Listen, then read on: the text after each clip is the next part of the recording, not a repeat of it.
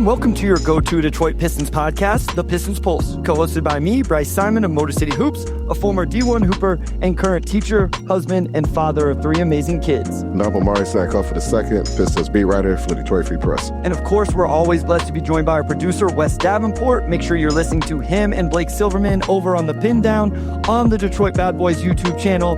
And O2 and I will promote our stuff a little bit later because we are joined by one of our favorite guests, senior writer for The Athletic, covering the New York Knicks, and the only reporter, the best reporter around the NBA in terms of his fit, James Edwards III.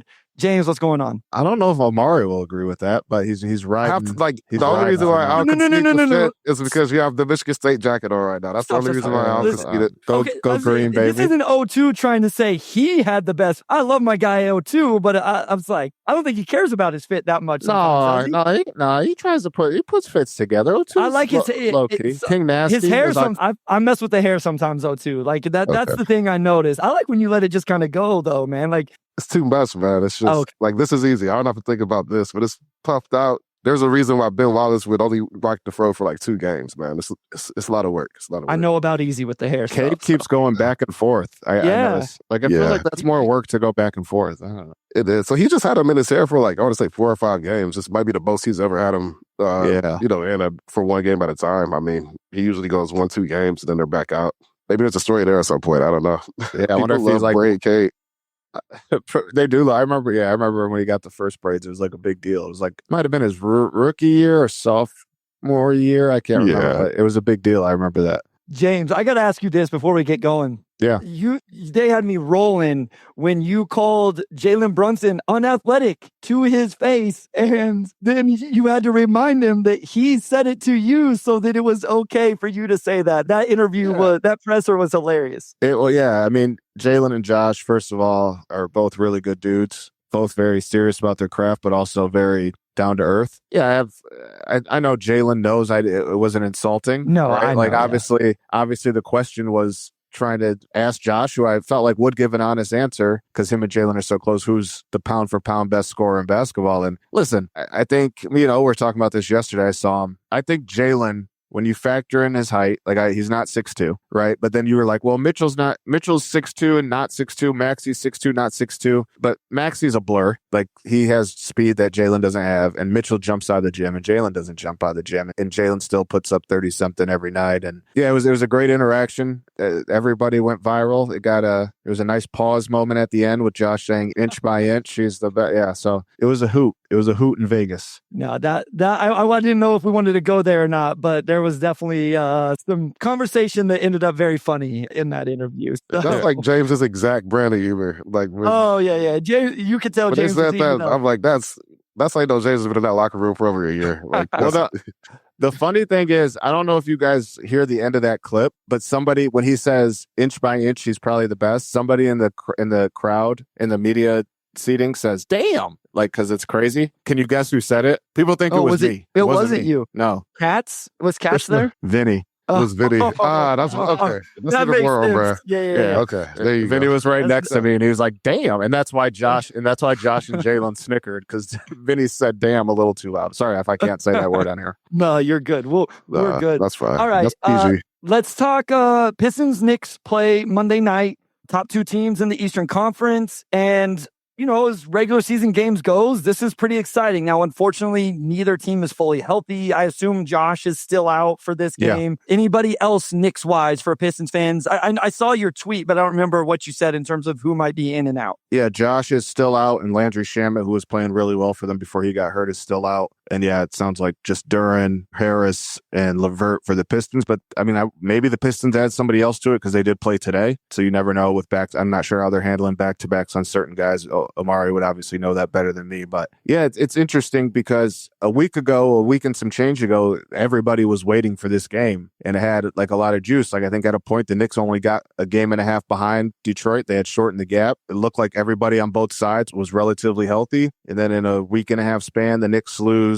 I think they're 5-5 over their last 10, lost 3 in a row. The Pistons had some injuries. The Knicks had some injuries. So there was a situation where this game maybe dictated who takes over the top of the East a week and a half ago. Now, with Detroit's win today, and again the Knicks losing skid, the Pistons could lose and still have a 2-game cushion at the top seed. So it doesn't have as much juice as we all thought it might. It still should be a good basketball game. Yeah, when the schedule first came out, I think everybody collectively was like, "Oh wow, they don't get to the first Pistons Knicks game until January, right?" But now you look at it, and even with maybe a little bit more distance between the teams than a week ago, it's still number 1 versus number 2. Both teams relatively to an extent healthy, but you don't have the same starters from last year, but you do still have Brunson and Cade.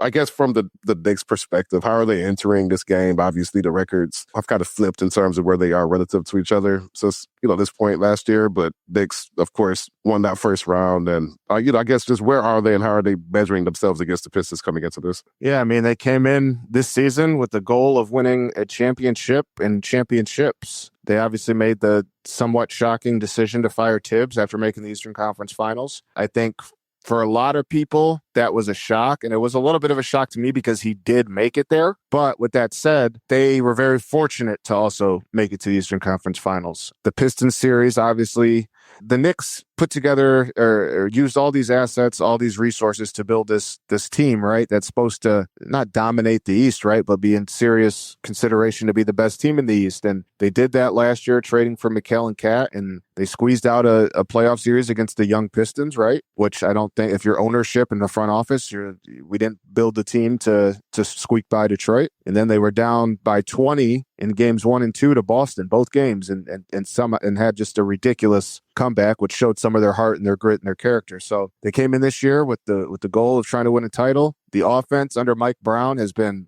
for the most part, really, really good. There's more half-court movement.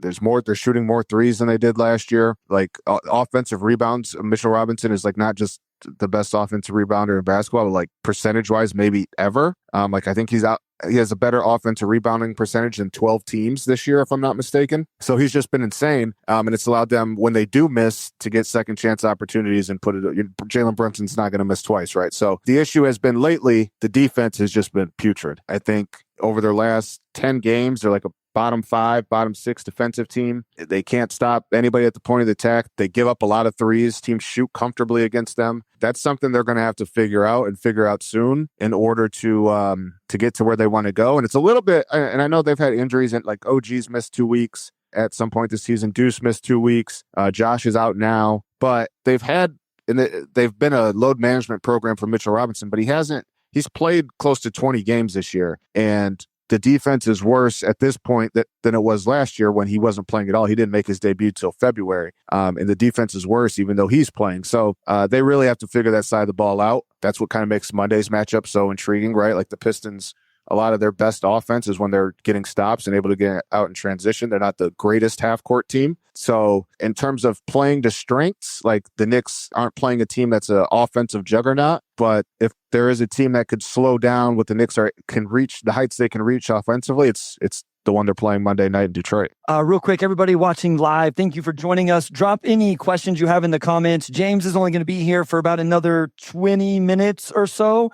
And when we let him go, we're going to go straight mailbag. So just drop any questions you have and we'll star those and get to them later. James, before we get to the on-court stuff, which you started to allude to there, what do you think about like this idea of a rivalry between these two teams? Is this a budding rivalry? You're around the Knicks players all the time. Obviously, you're around the Pistons players for a long time. You kind of know at least the way they think and have probably stayed in some sort of Pistons realm and all of that. Like, do you think that this is or could be a rivalry? Obviously, those are usually made in the playoffs, and it was a great playoffs to start it. But do you think we'll get a sense of this on Monday whenever they play with a regular season game? That's a good question. I'm eager to find out because I think that obviously because the Pistons lost, that stuck. I'm sure they thought a lot more about the Knicks series than the Knicks did about the Pistons series. Well, with that said, I've talking to players last year in the playoffs. There was a lot of players that were like, thank God for Detroit, because they tapped into a level of like mental toughness and physical toughness that we didn't really see that much in the regular season. But being able to pull it out in Detroit in that environment against that physical of a team, I think really brought that team together, the New York Knicks. So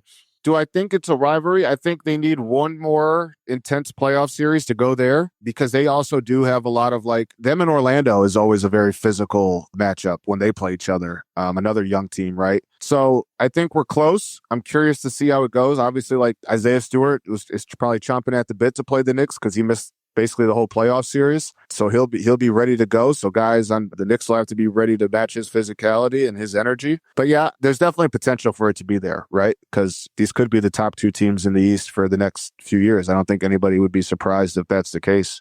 James, kind of watching from your vantage point, what's impressed you about the Pistons? I'm sure there's a lot, obviously, given how quickly they've risen, but what's impressed that maybe, surprised you, just specifically and maybe some directions you've seen certain guys go, looking at AT being one of the top defenders, Stu, obviously, continuing to get better on that end. Just got to walk us through. Yeah, I mean, I know a lot of Pistons fans are listening and a lot of Pistons fans that followed me when I was covering the team. And so listen, Omari can get you my address if you want to send apologies for my Isaiah Stewart takes when I was there. I will take those with you, James, because I specifically remember some DMs that kept me up all night arguing about Isaiah Stewart, but I'm sure yours were worse. So, oh yeah, everybody, yeah, it was apparently, I don't know, me and Omari have talked about even during the losing streaks and the bad years we covered, you could look at individuals and know that whether it's here or somewhere else, they're going to impact winning. I would remember we would watch the losing streak and be like,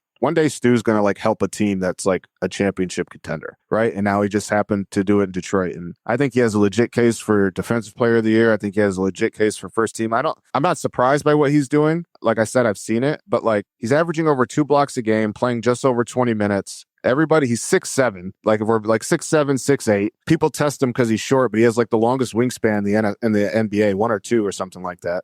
So he gets guys. He's not afraid to get dunked on. But from a collective, just how much they're all bought in defensively, right? Duncan Robinson might not be the best defender in the world, but I don't think anybody watches and it's Duncan Robinson's not trying to play defense, right? That's the culture that this team has built. And that's the culture that they've established and what they're able to hang their hat on. They're not the most, as we talked about, the most lethal offensive team. They don't shoot a lot of threes. They don't make a lot of threes. They still could use another ball handler. Getting J.I. back healthy is good. Getting Sasser back healthy is good. Asar's obviously it seems like growing into that role. They're doing it a little bit more with him this year. But the fact that they're turning defense into offense, or the fact, what they hold the Cavs to 106 today, 110 or something like that. 110. Yeah, one time. That's every night for this team. They're how many teams have scored 115 plus on them? Not very many, right? Just defensively, and it's no secret. We saw it last year, but they're all bought in. There's an identity, there's a culture. And when you have a guy, and the Pistons have a guy, the offense tends to figure itself out. And Cade has just been phenomenal. And another guy that, and again, it's not a hot take. He was the number 1 pick, but people were obviously questioning whether or not he could be the best player on one of the best teams in the league. Or you just always kind of got Devin Booker, early Devin Booker Suns vibes when people were talking about him. Good player, bad stats, good team guy, or good stats, bad team guy. I'm like, no, Devin's not that, and Cade's not that. And it all just comes, and he defends too, right?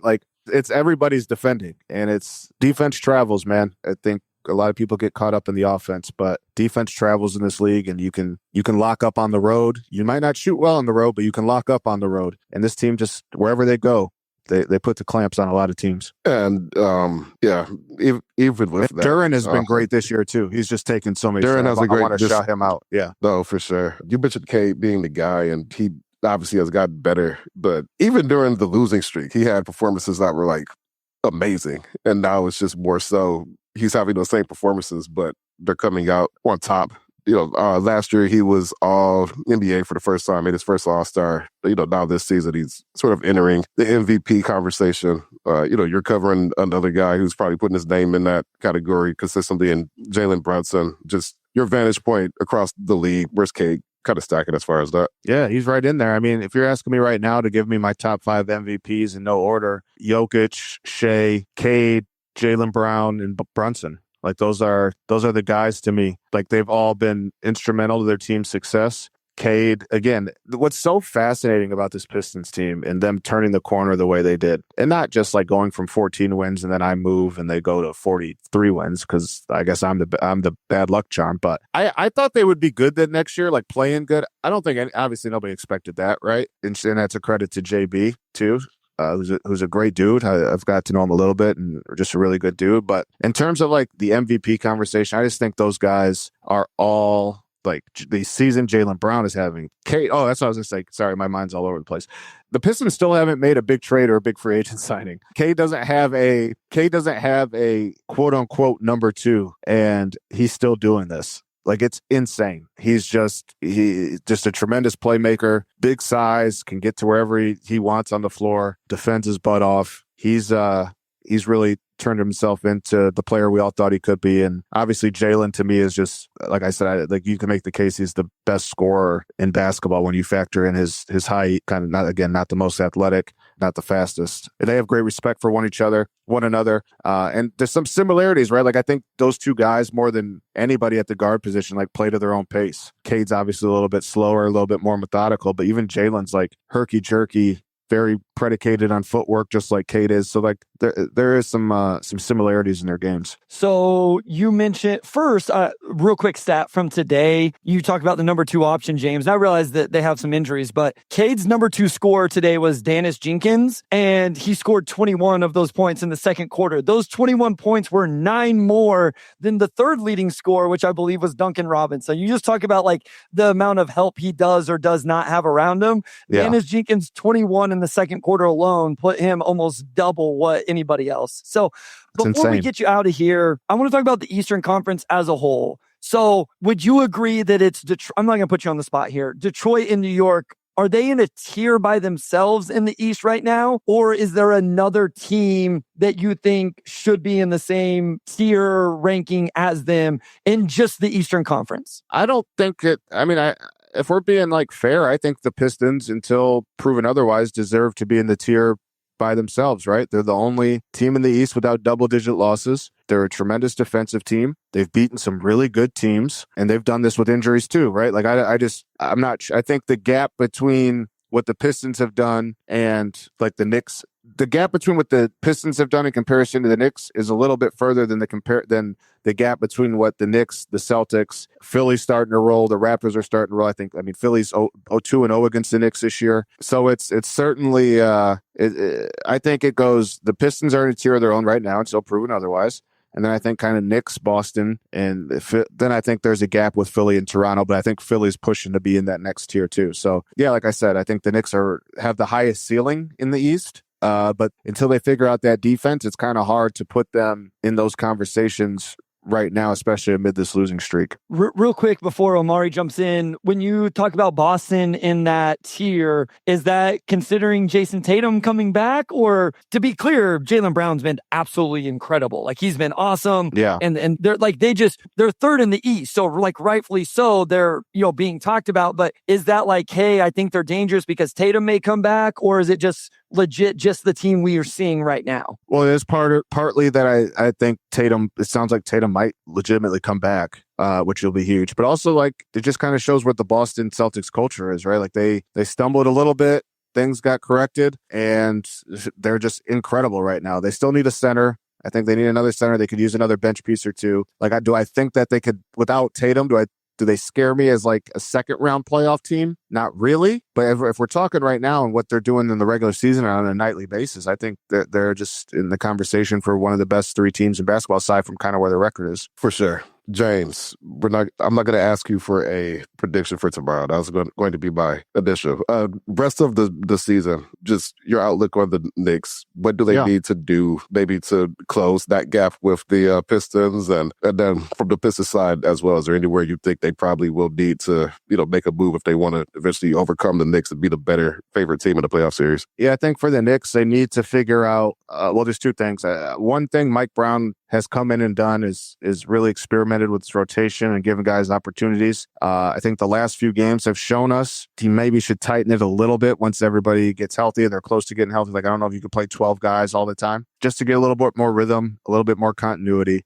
Then the other thing is they have to figure out how to defend, and they need to take a good look and see if they have the pieces internally to become a better defense. It's hard to be a good defense in general when obviously the physical limitations of your point guard and your center, like that's already trouble. And then you basically need Mikal and OG to be phenomenal to be able to cover up those hindrances on the defensive end, right? So if they're not perfect, this defense is very much gettable, and they need to figure out if they need to add another piece. Do they need to add a couple more pieces? They don't have that much that they can do at the trade deadline, just given where their flexibility is in terms of cap. Like it have to be almost like for like salary trades, unless they're going to like surprise us all and swing for the fences. So they need to take a hard look in the mirror and see if this defense is fixable within, or if they need to go outside and try to bring somebody in to help correct it. As for the Pistons, listen, I know a lot of fans probably think that this team needs to go and make a move because they've shown that they can be really good. I don't think they should make a move just to make a move, personally. Like, do I think Michael Porter Jr. makes them better? Yeah. Would I give up 2 firsts for a shooting small forward who doesn't defend? Not really. Like, I would save all my eggs, leave them all in the basket until that guy comes, because you're fine without him. Right? Like, is anybody going to be mad if the Pistons don't win a championship this year or next? No, they're ahead of schedule. If everybody just watched them win 31 games over the last 2 years ago in back-to-back seasons, right? Like 31 combined. So they're ahead of schedule. I would just wait for the right opportunity. And maybe you do something smaller, maybe to bring in another shooter or something like that, right? But I don't think you need to kind of make a trade picks for the first time to bring in somebody like Michael Porter Jr. Like if Lauri Markkanen becomes available and it's a reasonable price, like, okay, you go for that, right? You got a legitimate top tier scorer to go with Cade. But other than that, I would hold on to all my eggs just to wait for the right opportunity to arise. I love it, man. James, we got to get you out of here. Are you live over there with Is Locked On, or will that drop tomorrow? Just want to shout out. I'm not sure if that's live or not. I don't think it's live. So check out tomorrow. I'm sure it'll drop tomorrow.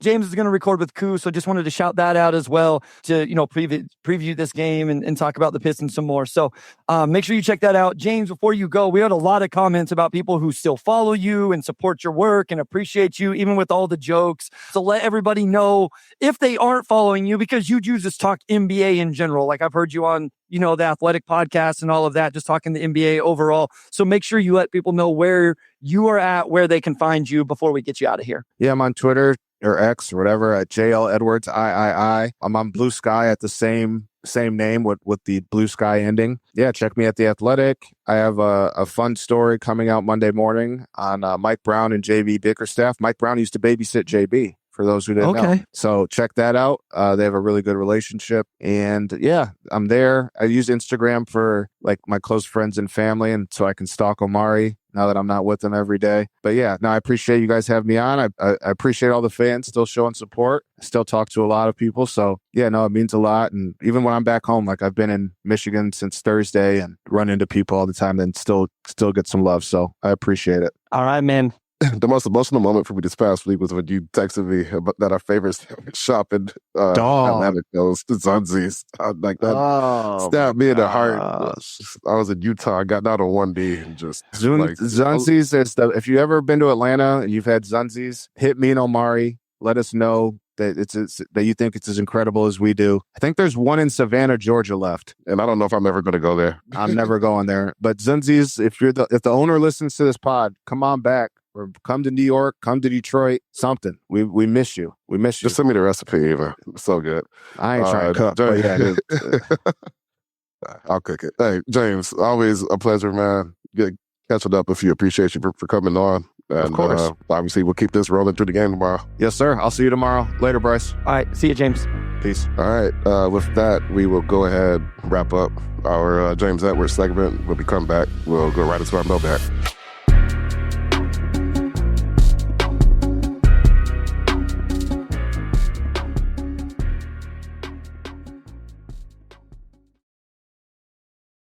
All right, segment 2, it is mailbag time. We should also probably talk about the win the Pistons had. I was going to say, let's actually start. I was thinking about that. Let's go ahead and start. I kind of lost in all of this in having James on, the excitement of that. The Knicks game was like, the Pistons played a game 2 hours ago that was kind of an interesting performance.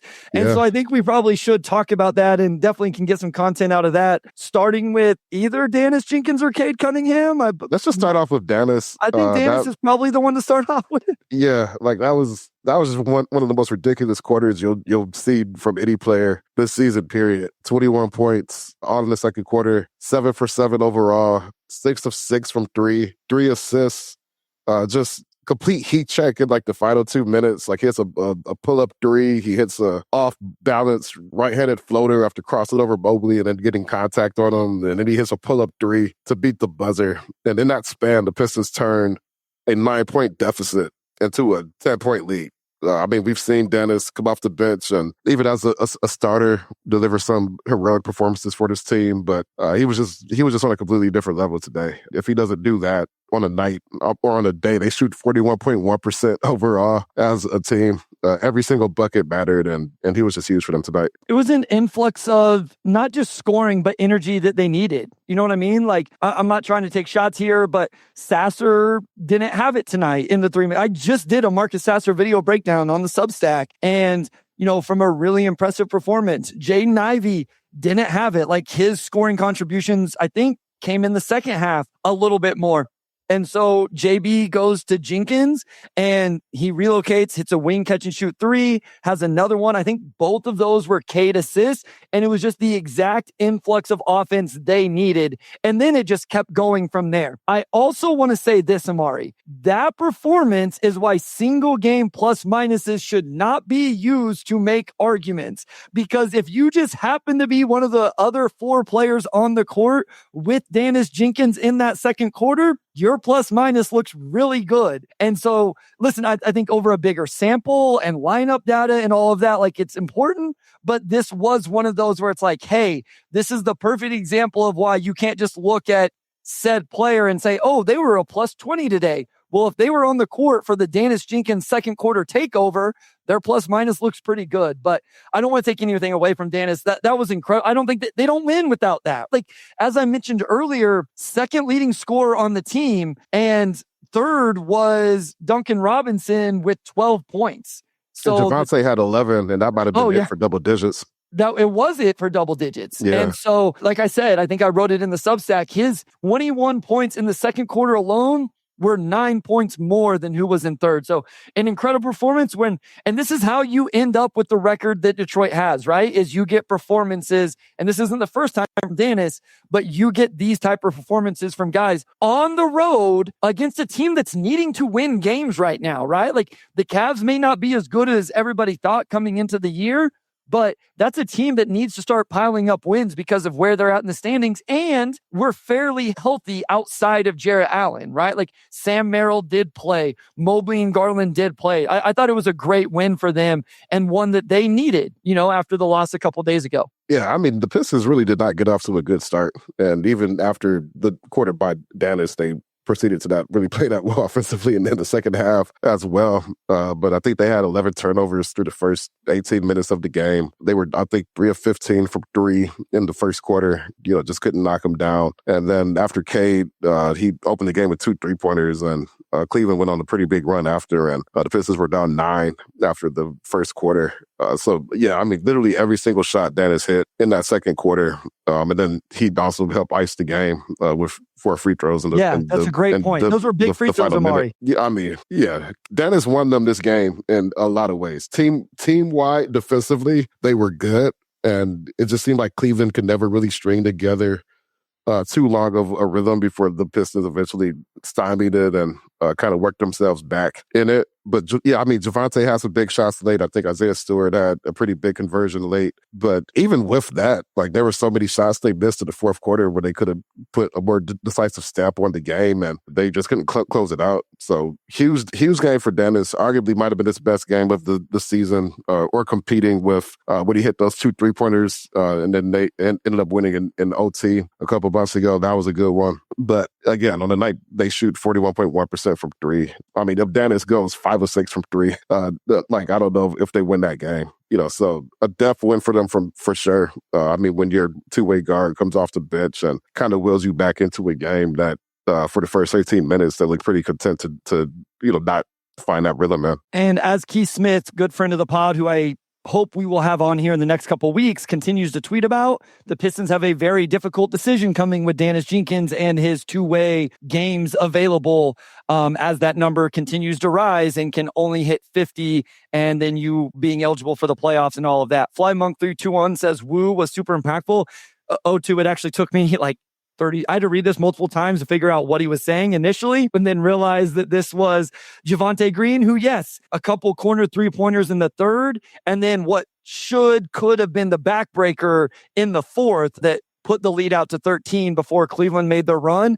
And then I'm pretty sure he was on the court down the stretch, at least on the defensive possessions, and taking the Donovan Mitchell matchup. I think even when Asar was on the court there over the final stretch run, Asar was guarding Garland and Javonte Green was guarding Donovan Mitchell. So he continues to provide his value as well as this team shows its depth. Yeah, he had 3-3-pointers. Every single three-pointer just felt like a huge gasp of fresh air for this team. Jenkins, I know, assisted both of the ones he had in the third quarter, which the Cavs, again, they opened that quarter on another run when the Pistons offense kind of stalled. For those who didn't watch the game, obviously with Duran and Tobias Harris out, they started Paul Reed and Isaiah Stewart. So they went with the Reed, Isaiah Stewart front court. I tweeted yesterday I didn't think they would do that just because that's essentially your center rotation. It was Jared Allen out. You don't have to do that, but they went and did it anyway. And I think it just has spacing issues. I don't think it was coincidental that they started the first and third quarters off on like a really weak note.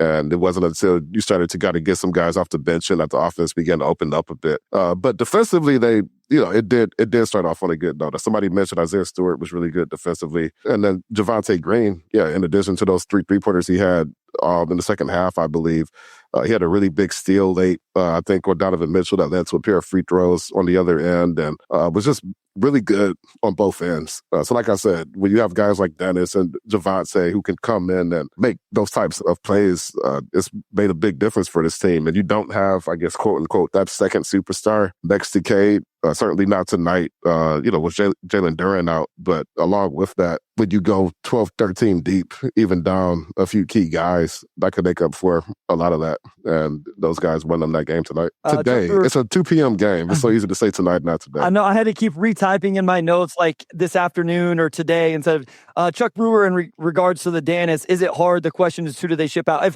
If I said a hard decision, then I misspoke. Obviously, they need to have Dennis on the roster and available for the playoffs. I meant to just say that they had a decision coming that they're going to have to make a move on at some point. And as FlyMonk321 says, Isaac Jones isn't guaranteed, so there's always a spot there for him. The only way it would get complicated is if they go in a trade where you turn Tobias into two. I don't think the Detroit's going to make a trade where so this comes into this question, which we'll get to a little bit later, is if you use the trade exception to bring in a player, that person could take the 15th roster spot of Isaac Jones. So I agree that it shouldn't be hard. That's what I said. I didn't mean to, but it is a decision and a calculation that is part of everything we're going to see moving forward, including at the trade deadline, which we will get to in just a second. I want to say this about Isaiah Stewart. Listen, I know Evan Mobley hasn't been great offensively this year. I think everybody's, he's kind of plateaued based off what we saw last year. But watching him really stymie Mobley on multiple drives throughout the game, but then also have the ability to guard Donovan Mitchell on that switch late in the game, is just another great example of how good this dude is. So here's my question, Omari. Right now, I tell you, you have all defensive votes. All I'm asking you is, do you put Isaiah Stewart first on your list from the Pistons, or do you put Asar Thompson first on your list from the Pistons? To be clear, I think they both have a great argument for being on an all defensive team right now, especially since Detroit is the second best defense in the NBA. But which one would you put ahead of the other? It's tough because they have differing roles, but I think I would narrowly put Isaiah Stewart first, only because he gives you a rim protection element that, Asar, for everything he does defensively, he's just not the same type of rim protector, obviously, as Isaiah Stewart is. And, I think defensively, I think Beef Stew is probably more of a floor raiser than Asar is, but Asar is a much better at, you just need to go after their top guy, obviously, be the point of attack and lock him down. They have slightly differing roles, and I don't want to undervalue what Asar has done at all because he's obviously terrific in his own way. But Yeah, I mean, that's Stu, as good as Stu was last year. Like, I think he's been even better this year. And it's not just the rim protection, but also the way he moves in space and, can defend smaller players and everything else. So, for the most all-around versatile centers in the league, and for a defensive award, I just always think an elite big is going to be a little bit more impactful than an elite guard or wing. Somebody asked, does Stu officially qualify with his minutes? So this is a great question. I quote tweeted Omari's tweet about Isaiah Stewart being named Eastern Conference Defensive Player of the Month in December. And I don't have the exact numbers here. I could go look really quick, but he's on track to do it. Like he's capable of getting there because more of his games have been over 20 minutes than what I realized. No, so Chuck, it's not how many minutes per game he plays. In my understanding, it's how many games did you play of 20 minutes. And I know like there's some correlation there, but just if he averages 21 minutes per game, that doesn't, and plays 65 games, he doesn't necessarily qualify. He has to play 65 games where he played 20 or more minutes. So for example, and I put this in my tweet, he has a game where he literally played 19 minutes and 59 seconds. So that game would not count. So he had a handful of games under 20. And then I think he's only missed 3 complete games where he just didn't play at all. So he's in good shape right now, but it is something to track. And I just don't see where he doesn't play 20 minutes the rest of the year. O2, right? Like there's just no way. Unless he gets hurt. If he gets hurt, that's one thing. But I'm just saying, like, if he's eligible to play in a game, he's going to play. Maybe foul trouble and ejections. Like we definitely have a couple of those coming still, right? Like where he gets mad but you know what I mean? Yeah, no, I think he's just too important for the team, and he just got Defensive Player of the Month. He's somebody who deserves the accolades, so him playing more minutes at power forward, I think has helped him reach that 20-minute threshold a bit more. I also hate that rule. It's like Mr. Ray said here, like Sam the City said, and he's making a minute qualification versus games qualification. Or you could just make it 65 games of at least 10 minutes, just enough to say that you were a rotation player in that game and not just playing garbage time minutes. I just think 20 is a little bit too high because it punishes a player, essentially for being in a situation where the team has depth and you may not need, to play that every single night. I don't feel like you should be penalized because, again, like you played 19 minutes and 59 seconds. Like, I just feel like that's too arbitrary for a guy to lose out on a qualification because of that. We're going to talk about this on Game Theory tomorrow because this is going to really come into play with Jokic. And I didn't want to get into it when James gave his MVP votes, but at the end of the day, Jokic probably isn't going to be available he's not going to be able to win MVP. Like, the problem is this rule wasn't designed for awards. The idea behind the rule was to get star players and the best players not to quote unquote load manage. But it's essentially only become a conversation around these rules or around these awards. And so it's tough. The We're going to talk about in general. Yeah, we don't have to get too off track, but go ahead. Yeah, the whole issue in general from like a player standpoint is that the rules can only really exist to hurt players, from earning awards in, where some cases they may deserve. I think the spirit of preventing load management and this and that works, but it's too restrictive to where now you have, guys in the middle like Stu who are being hurt essentially because their minutes are allocated in a certain way. It doesn't mean they're less impactful. It's just literally a minute allocation thing intended to weaken the top a little bit, right? It's just a really hastily implemented rule, I feel like. And my thing is, like, if Jokic ends up playing 60 games at the pace he's played at, like, he's first team All NBA. Now, I actually disagree. Like, I'm not trying to call out Bobby Marks. Who am I to call out? Bobby Marks tweeted, I think that, like, he said he would still have Jokic on All NBA with 31 games played or whatever. Like, I disagree with that, but that's just my opinion. But, like, it's going to be discussed about because of this. One thing I saw the other day is just like the NBA makes so much money. Just put an independent NBA doctor with each team, and then that person can tell the NBA whether or not a guy's load managing or not, and then come up with fines or whatever you need to do. So I don't know. Yeah. So it also helps get players awards who otherwise wouldn't have won them. That's a good point as well. Like, it does go both ways. So I will say this. So it should leave the voters to decide if someone's 64 games is more valuable than someone's 72 games. I don't disagree, other than, like, I don't trust all voters, but I don't trust all voters anyway. Like there's always guys that get left off ballots where I'm just like, this is absolutely insane that this guy didn't end up on every ballot. So I guess to your point, there's going to be voters I don't trust anyway. So, okay, let's go to break. We got off on a little bit of tangent there, but that's good sometimes. We have some questions in the queue and we'll get right into those right after this.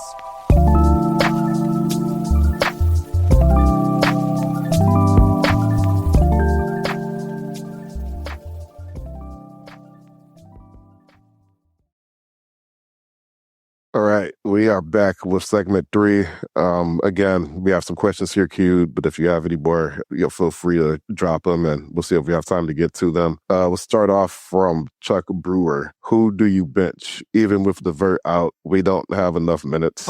I think he's asking, what is the rotate? Like, if this team is healthy, we've talked about this, what's the 10-man rotation? And I think my answer's probably changed since the last time we did this. I don't know what my answer is, Omari, but maybe you have one. I mean, it's just like you have more playable players than you have minutes.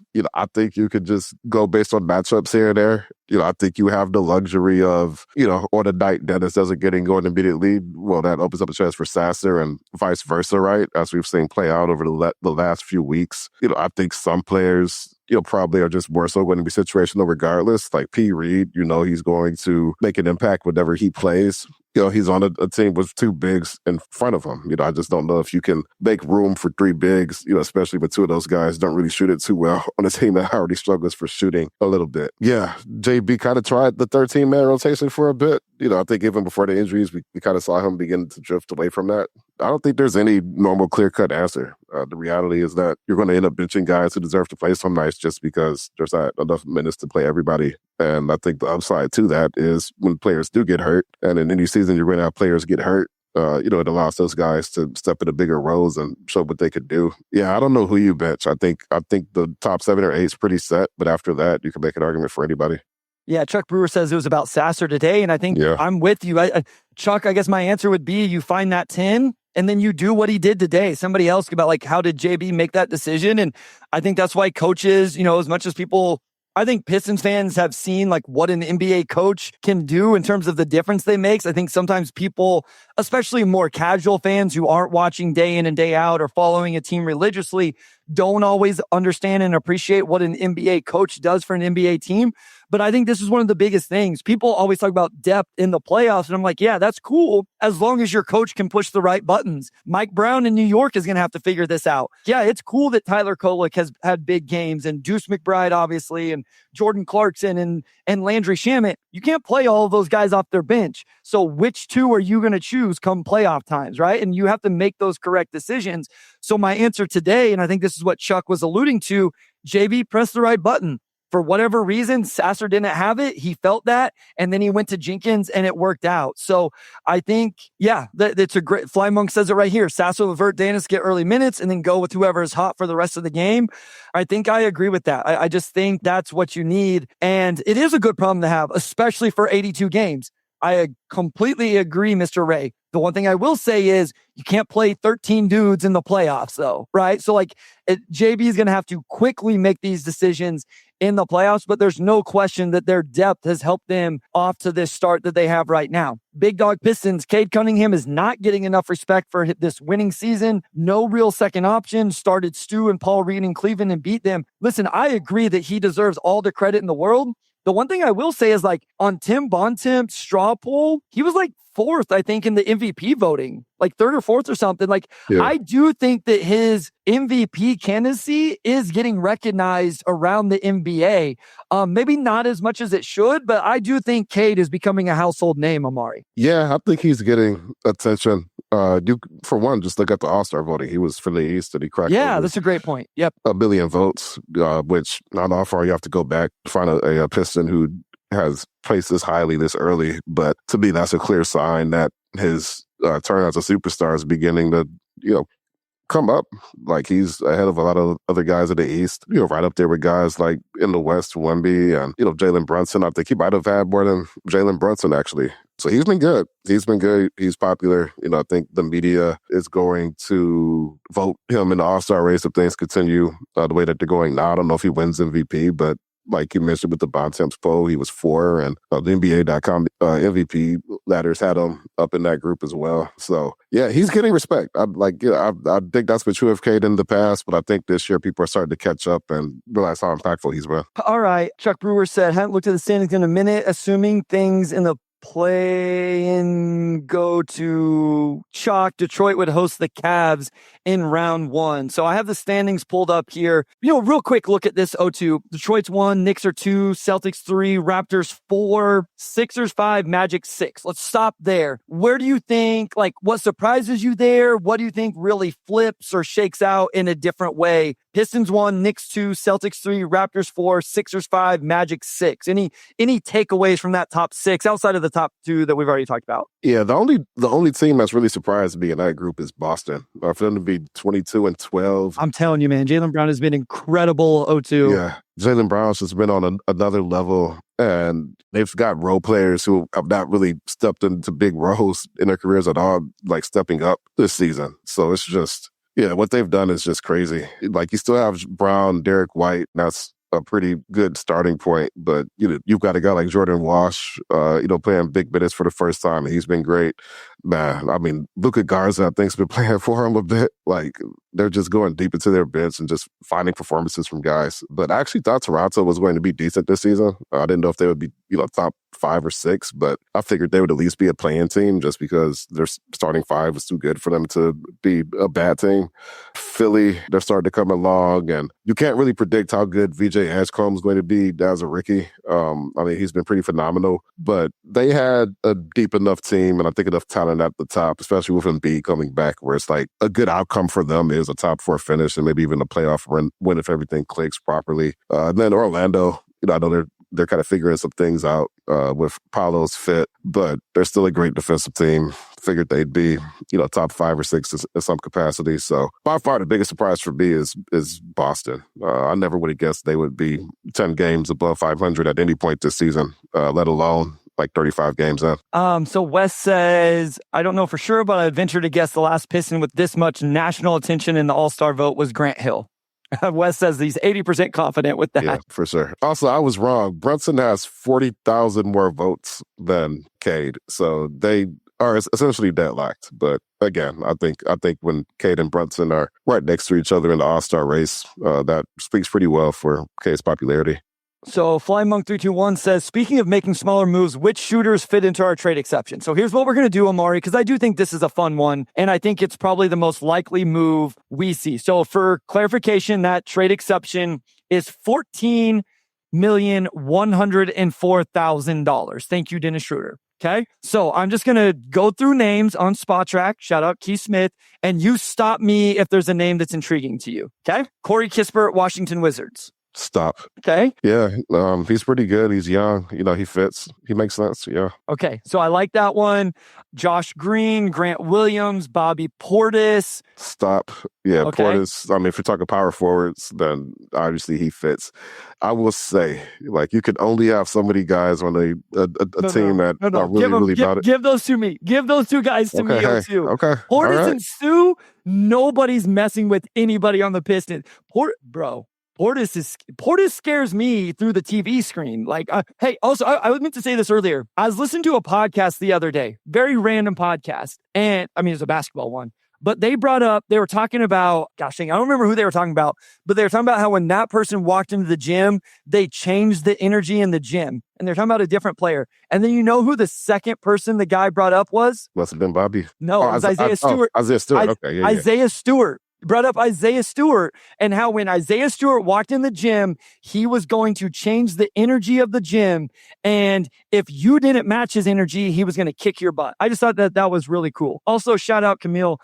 See you in there. I'm probably not saying that right, and I'm really sorry. That's a rookie deal. Kobe White, that's a bigger conversation. Dorian Finney-Smith, Isaiah Joe, Dante. Dorian Finney-Smith is an interesting name. I don't know if he shoots it as well as you would want. Actually, I'm going to look that up real quick. Dorian Finney-Smith, what are you shooting for 3? I know he just came back for Houston. He didn't look good. Yeah, he's played 5 games. Yeah, he's 36% from 3, but that's only 5 games. He was 39% last year and 40% the year before. But yeah.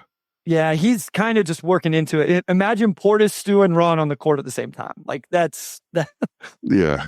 Isaiah Joe, I don't know that OKC's making a move. DiVincenzo would be interesting depending on, what they want to do. Luke Kennard? Yeah. Anybody? Luke Kennard? Can I sell you on a Luke former Kennard? Pista. I wouldn't say no to Luke Kennard. You just need anybody that, is going to command the attention of the defense. And I think Luke checks that box. He's not going to, make an impact defensively, but he moves the ball. He's got a little shake to his handle. Like, he could do some secondary stuff for you. Yeah, I think he's a guy who would make sense. See O'Neal would be incredible. Phoenix is winning too much right now. They're winning too much. Yeah, Bryce would be great, but I don't see him going anywhere. Sam Hauser's obviously the name because Boston has this. This will be a really good conversation when we bring Keith Smith on, because Boston actually has to be under the tax for 2 straight years to reset the repeater. And it's like, what's the point of... I know they would save a boatload of money, but if you don't reset the repeater, I don't know. But we'll see. Anyway, that's the whole idea behind them moving Hauser. Let's see. Buddy Hield is out there. People didn't like that when I did that in my mock trade deadline exercise he's not last shooting year. It too well this year. Things have slammed. You know what would be funny? I don't know what Philly's going to do with this guy, but Quentin Grimes would be funny to me if he got brought back. Like, Quentin Grimes is better than what Pistons fans saw. Now he does want too much money, but we maybe threw it a little bit there. I don't think Max Christie's getting moved from Dallas. Looks like he's ingrained into the starting lineup there, at least for some time. Any other names from Wes, the chat, or any other names? I know you look at this stuff all the time. You know who's another good one, and we know Troy won't trade him, is Sadiq is having a really good year scoring the basketball. That's probably it. Looks like those are most of the key guys for sure. I think Sam Hauser's kind of been on that list for a bit, but like you said, they probably don't have a strong incentive to trade him. Like, even if he's not playing a lot this season, like, just to have a depth guy and to be under the repeater for 2 years, you're probably not going to make too many more roster adjustments than you need to, especially at 22 and 12. So it makes sense. Wes says Blake and I get asked about McCollum frequently. I mean, McCollum looked amazing at the LCA not that long ago. But yeah, he's a guy too that is just a bucket. He would kind of give you what Schroeder gave you, except like just a different tier scoring wise. So the thing with McCollum is I actually think he'd make a lot of sense. Like, that is the idea for me, is like just a shorter contract on a guy that for just half a season can go get you buckets. It's like, then what is the answer? Because you probably have to include Tobias Harris to make the money work. If you don't, like, Stu's then the other guy, and you're not moving off from Stu. So yeah, getting to the money is just difficult. And that ends up being the case with a lot of guys. We mentioned Hauser. I love Najee Marshall. I don't think he answers like the floor spacing question, but I think he's a really good player. Listen, I think AJ Green is absolutely incredible. Like, Milwaukee would be absolutely insane to move him. But yeah, that would be interesing. Moses Moody, like, he always pops off against the Pistons. AJ Green. Yeah, she's good. So there's some fun names. And like I said, guys, we're going to have Keith on. I haven't asked him this, but usually he makes room for us and makes time for us. Our hope is to get Keith on here in the next couple of weeks, towards the end of January, and we will dive headfirst into that a couple weeks. But I think that's a lot of names right there. I want to talk NBA draft, but I don't think that would be smart. Michael says, tangent, but what do you think of them starting Stu and Reed today? Took me by surprise, and I'm also been on this. I think they should start Jaden Ivey kick so we can just get the data collection, but JB went with, Keon Ellis, great name, love him, and he needs out of Sacramento. So yes, Mr. Ray, give me Keon Ellis. Thoughts on this starting lineup, especially when Cleveland didn't go 2 bigs in their starting lineup? Yeah, like I mentioned earlier, like, somebody asked if we would see our starting lineup maybe, and I yesterday on Twitter, and I was like, I mean, I feel like the odds are low. You don't really want your 2 centers like risking foul trouble early in the game. You don't need to do it with Jared Allen not playing. Obviously, there's the spacing aspect, but I didn't think it was likely. But that's what they did, and they ended up winning the game. But like, that offense really did kind of stall out, and I think the spacing issues did show no longer that first quarter went. They did defend pretty well to help kind of make up for that a little bit. Cleveland, I thought, could have probably led by 15 or 16. Had the defense not quite been as good, and that obviously didn't happen. But yeah, Stu, Reed, Asar, all in the same starting lineup, yeah, like teams are just obviously going to give those guys space to varying levels, and puts a lot of pressure on Stu, I think, to make the spacing work. So I didn't think I had an amazing showing today, to be completely honest. If one of those guys could like knock down more threes, like that would help a lot. But I don't think it's coincidental that like once Dennis came in, once J.I., some other guys came in, we saw that offense begin to open up a bit more in the second quarter. All right, we'll end on this one. What up, Do Mattia from Italy? I'm so sorry. There's no way that's right, and I apologize. Thank you for joining us from Italy. Let us know what time it is so O2 knows. Just so happy to see this team flourish after 22 years of being a fan. Do you think the right move is to trade for Michael Porter Jr.? So, O2, you mentioned that, we mentioned this earlier. James did, I guess. We didn't really give our thoughts. What would be your thoughts on Michael Porter Jr.? Let's just start with him as a player to start, because he's had a really good year. Yeah. I mean, if you're talking about players who kind of have that right mix of exactly what the Pistons need, potentially available, and probably not so exorbitantly priced that he's out of the Pistons' reach, like I think Michael Porter Jr. kind of checks those boxes. His numbers, he's averaging 25.8 points, 7.5 rebounds, 3.3 assists, shooting 50% overall, and 41% from three. This is a guy that's always been an elite shooter his entire career, but this is like by far the best season he's had. I mean, he's basically averaging exactly his career numbers, but just on higher volume. So he's going from like a 17 to 18 point guy to one of the best scorers in the Eastern Conference this season. So yeah, you slot him in at the 4. He maintains his current pace. Like that's a legitimate number 2 next to Cade. And, I think that opens some things for you. I think the other side of that is, what are you willing to give up for him? Is he somebody you would want to give up 2 or 3 first-round picks for, and potentially even some, additional capital as well? I think we've seen Brooklyn tends to ask for a lot for their guys in this current ecosystem. I don't know if you can really fetch more than 2 or 3 first-round picks. But, I mean, he's interesting. I don't think you have to make that trade now. If there's a team out there that's like, oh, we're going to give up 4 for him or whatever, like, I don't think you look back like we missed an opportunity that we can't get back. But again, yeah, Markkanen is always rumored to the Pistons because he kind of checks those boxes. And, I think MPJ also is in that category as well. If you have to make a move this season, like gun to your head, you absolutely have to trade for somebody. He's probably one of the guys that makes the most sense to me. The one thing I will say with him is it is a little bit easier to get to the money, even though his number is so big because of their space, like their books in Brooklyn specifically. So it's a little bit easier to get to. You don't have to trade Tobias Harris and LeVert, or like you could do Duncan Robinson and Karis LeVert, or like I did, like I want to trade B-Ball Paul, but you only have to get to about $30 million, I think. And so it's a little bit easier to make the money work because it's Brooklyn. That contract is pretty big and it's $40 million next year.